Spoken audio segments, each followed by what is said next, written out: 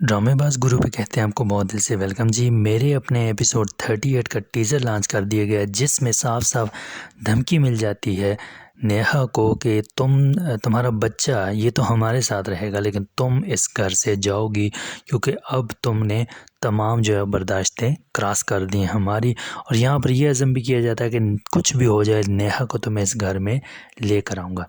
Drama serial मेरे अपने में ये बात बहुत इम्पॉर्टेंट है कि किस तरह पहले उमर पर इल्ज़ामात लगाए गए कि जी उमर जो है वो मुझसे शादी करने वाला था और उसामा इन इल्ज़ामात की तरदीद करता है कि आप उसको फंसाने के चक्कर में ज़रूर थी, उसने आपसे कभी भी शादी के लिए इंटरेस्ट नहीं ज़ाहिर किया।